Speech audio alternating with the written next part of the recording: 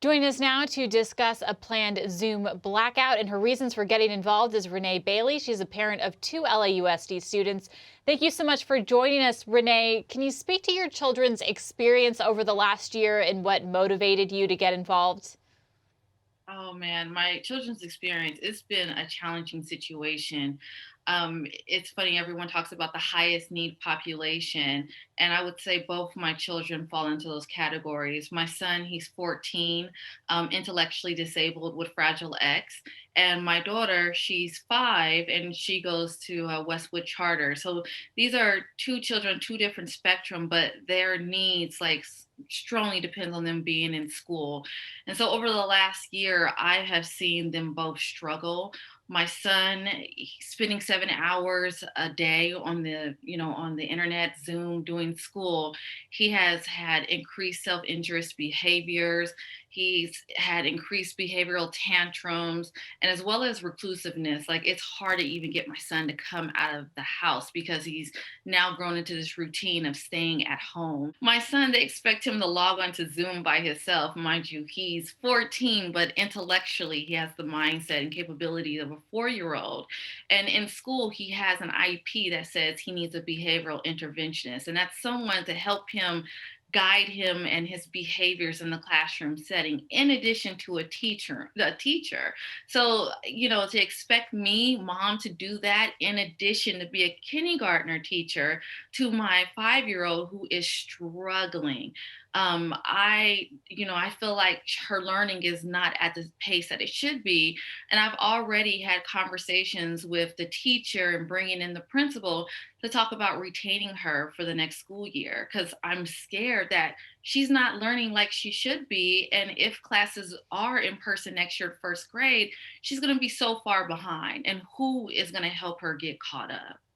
I mean, your kids are certainly not alone, too. I mean, we're looking at an entire generation of kids who are behind. And I want to give everyone the lay of the land. So right now, the superintendent says schools can open once all teachers and staff have at least access to be vaccinated. Governor Gavin Newsom supported that and allocated 10% of vaccine doses for teachers and staff.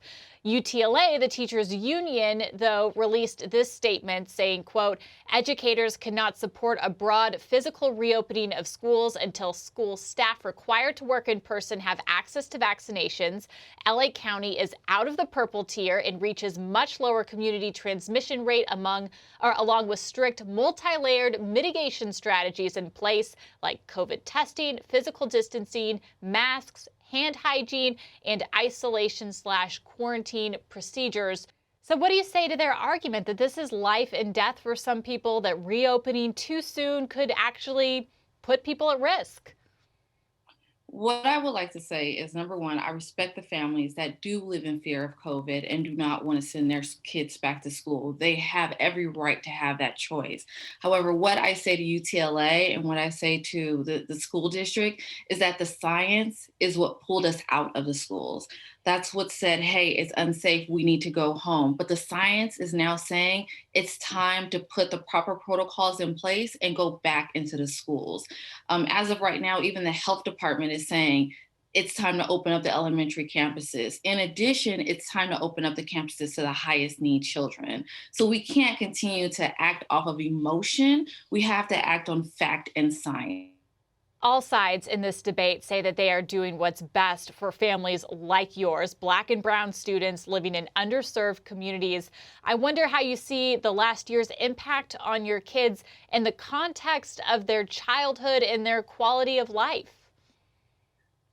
What I've seen is I have seen my children struggle with depression. I've seen my son deal with high stress. I've seen my daughter deal with loneliness. And when you talk about people of color or families that are from the inner city or low income, those students have their grades have been lower this year than it has any years in the past. And when you think about a lot of the students in the inner cities are people of color, they come from single parent household or working parents who are not home to help monitor their children in the classroom or on Zoom every day. So what happens is children are not logging in, children are not getting the proper education.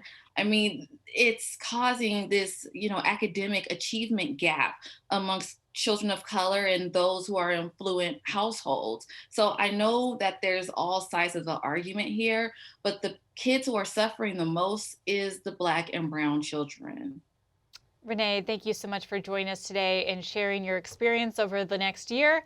And at 9 a.m., you'll be at the federal building tomorrow.